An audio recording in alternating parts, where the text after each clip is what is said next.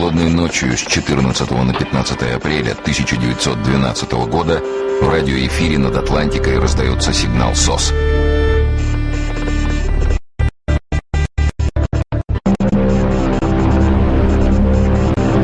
Крушение терпит самый совершенный корабль на планете — «Титаник». Дальнейшее известно. Все подробности этой трагедии рассказаны. События расписаны буквально по минутам.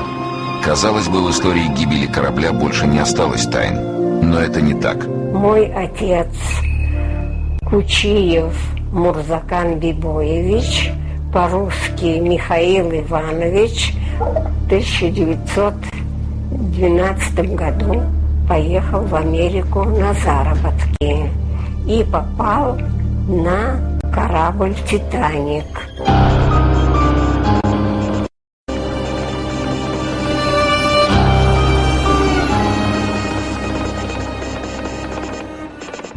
И они удивительным и странным образом сводятся к одной мысли. 10 апреля 1912 года в свой первый рейс из Саутгемптона в Нью-Йорк отправляется новый гигантский суперсовременный корабль с предзнаменованием случившейся трагедии. Во второй половине дня «Титаник» пересекает Ла-Манш. В Шербуре на борт поднимаются новые пассажиры.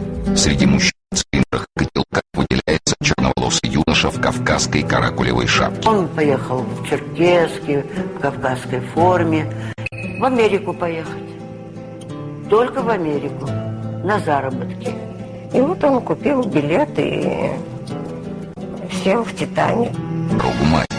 Расстроенного пассажира успокаивают, а он твердит, что потерять материнский оберег – дурной знак. Из Франции «Титаник» направляется в Ирландию.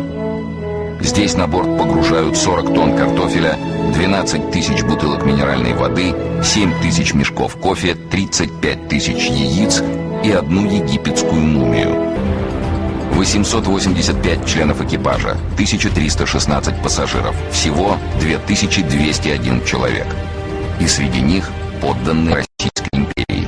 Но кто они? Зачем отправили? Шли на дно с кораблем. Чтобы восстановить перечень фамилий, понадобилось 95 лет. Недавно Британский национальный архив опубликовал списки, правда, далеко не полные. Их восстанавливали по уцелевшим корешкам билетов. Кропотливая работа, 35 страниц. Строка за строкой пытаемся найти русские фамилии в английском написании. Разобрать их практически невозможно. Видимо, кассиры иногда записывали фамилии на слух, а потом переводили на английский язык, причем с ошибками. Выход один – изучать графу «подданство». Американцы, англичане, ирландцы, немцы, итальянцы, французы, японцы – огромный плавучий Вавилон. А вот и Россия. 14 человек. Кто эти люди и как они попали на корабль?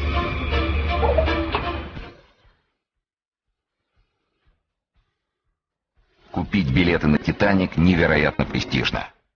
Этот корабль — воплощение всех достижений конструкторской, инженерной и дизайнерской мысли начала 20 века. Это самое дорогое судно в истории кораблестроения — $7,5 миллионов. Гигантское сооружение высотой с 14-этажный дом. 8 стальных палуб, 4 трубы. Внутри каждой могут спокойно разъехаться 2 локомотива. Владельцы судна из компании White Star Line утверждают, сам Господь Бог не сможет потопить этот корабль. Вот, значит, лежит легенда, которую ты вот видел там в кино, ты видел там вот в книгах, в альбомах там и так далее, и потом ты вдруг видишь такой вот... Тьма, троса, висящие листы, нависающие, под корму залезаешь к винту, да, там... Холодок какой-то между лопатками, действительно, что-то вот чувствуется такое в нем. Эти аппараты помогли развенчать несколько спекуляций вокруг гибели «Титаника». Одна из них, что его торпедировала немецкая подводная лодка. Сломался «Титаник», потому что, в общем, вот задняя часть, корма, она была тяжелая. Там как раз была машина. И когда «Титаник» тонул, то, в общем, там был какой-то критический угол, и металл не выдержал. А знают ли о катастрофе в России? Газетный фонд Российской государственной библиотеки. Санкт-Петербургские ведомости от 16 апреля 1912 года. Следующий день после катастрофы. Объявление о заседаниях Государственной Думы, о ярмарках, о бегах, погода, прогнозы на урожай, реклама. Это первая полоса газеты. И лишь на 4-й странице маленькая заметка. Сообщение из Лондона. Все пассажиры «Титаника» спасены пароходом «Вирджиния», а величайшее судно в мире держится на воде и медленно идет в порт Галифакса. Получается, ничего страшного не произошло. «Титаник» не затонул, и все пассажиры выжили. Но откуда такие сведения? Оказывается, Санкт-Петербургские ведомости дают опровержение. Пассажиров ничего не известно. Буквально сразу после трагедии посольства разных стран начинают разыскивать своих граждан, в том числе через газеты. Ну а русских там ни слова. Вообще до сих пор умалчивалось. Это цитата из книги ростовского писателя Владимира Потапова «Путешествие странника». В ней есть глава «Русские на Титанике». Владимир Потапов знал об этом не понаслышке. В 1912 году его дядя Иван Мишин отправил Геннадий Слаковский, Михаил Марков, Филимон Мелкивук, Петр Найденов, Михаил Денков, Дмитрий Маренко, Константин Иванов, Иван Минев, Назар Минков, Дмитрий Нанков, Александр Радев, Иван Станев, Тимофей Краев, Николай Малинов, Матвей Зотов, Евгений Перкин, Василий Платошарский. Все они, доехав до Франции, взяли билет на «Титаник». Добрался ли кто-нибудь из них до Уругвая? Направляем запросы в посольство России в Уругвае и русскую общину города Сан-Хавьера. Ответы похожи. Никаких сведений о переселенцах с такими фамилиями ни в Сан-Хавьере, ни в других поселениях нет. Совет. Обратиться в Ростовскую область, где живут родственники крестьян-репатриантов. В 1926-м их родители вернулись на родину и осели в донских степях. Продолжается посадка на скорый поезд номер 12 Москва, Ростов. Отправление 14 часов 17 минут с 5-го пути.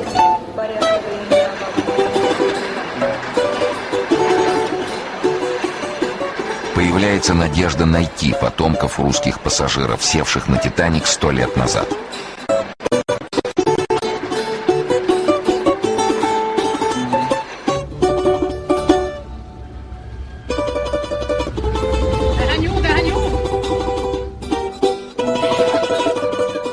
Ростовская область. Поселок Красный Октябрь. Возможно, здесь знают что-то о своих предках. Обычный хуторок в степи. Но вот жителей почему-то называют американцами.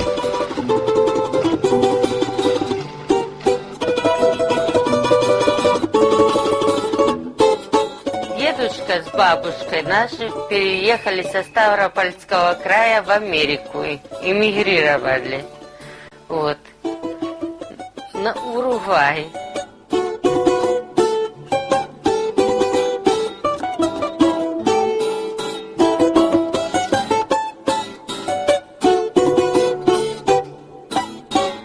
Правительство уругвайское объявило, что свободные земли, что желающие все проезжают, и договорились, что им дают там землю в аренду. А тут у них земли не было. Конечно, наши крестьяне не могли плыть на «Титанике» первым классом. Стоимость билета по теперешним меркам колебалась от 5 до 50 тысяч долларов. Верхний уровень и лучшие каюты, а нижние отсеки были основательно набиты простолюдинами. Это в 3-й класс в пересчете на сегодняшний курс можно было купить за 350-500 долларов все.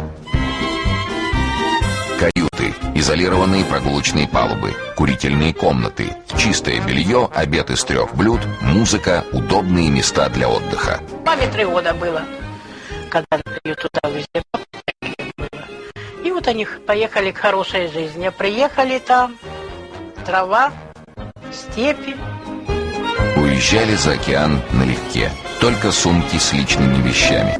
Эту хронику мы получили из частных архивов. Вот они, русские колонисты. В те годы, как раз вот предвоенные, мигрантов много было из России. Ну, естественно, естественная какая-то, наверное, была волна. Вполне вероятно, что и на «Титанике». В Уругвае многие колонисты так и не смогли понять и принять новую жизнь. И прожил там дольше других. Он вернулся в Россию в 1956-м. Это последний из свидетелей уругвайской истории русских переселенцев. Я Андрей Андреевич Косенко. Ну, по-испански только. Андрес Косенко. К сожалению, ничего о русских, плывших на «Титанике», он не знает. Последний моряк. Последний уругваец. Недавно последний из ростовских уругвайцев умер. Нет в живых и писателя Владимира Потапова. Ему так и не удалось разыскать своего дядьку, Ивана Мишина.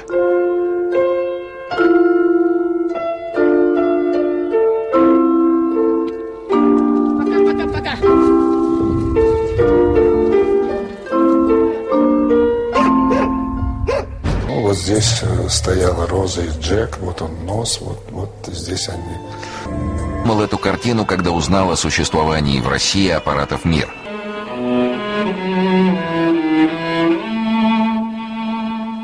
Я ему сказал: Джим, вот смотри, что происходит. Я сейчас не видел ни одного нормального американского фильма. Чем занимается Голливуд? Что показывает на экране? Убийство, кровь, насилие.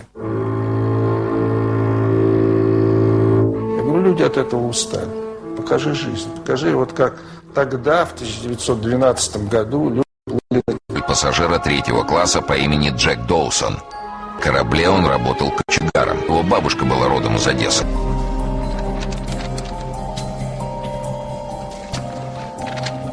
Если в столичных газетах никаких сведений о наших гражданах на «Титанике» не оказалось, возможно, они есть в провинциальных изданиях. В белорусской газете «Минское слово» за 25 мая 1912 года находим статью о катастрофе.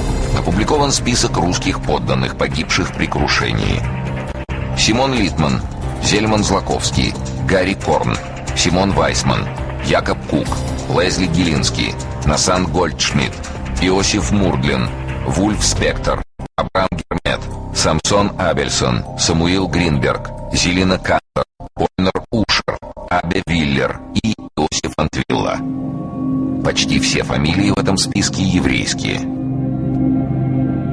Начиная с 1902 года еврейское население наших земель тоже получило возможность легальной эмиграции в различные страны. Национальный исторический архив Беларуси. Здесь хранятся редкие материалы о миграции и переселенцах. Из всего списка нашлись только сведения о гражданине по фамилии Кантер. Оказалось, что никакой женщины по имени Селина на корабле не было, а был Иешуа Кантер. Неправильный перевод и написание при выдаче билетов привели к досадной ошибке. Мужское имя заменили на женское. Правда, женщина по фамилии Кантер на «Титанике» все-таки была, но звали ее по-другому – Мириам. Удается выяснить, Иешуа и Мириам Кантер – супруги. Уроженцы местечка Смиловичи, что недалеко от Минска. Плыли на «Титанике» в Канаду. Иешуа погиб, его жена Мириам числилась среди спасенных. Вернулась ли она на родину в Смиловичи или обосновалась за океаном? Обращаемся к коллегам из Канады. Там одна из самых больших колоний русских эмигрантов.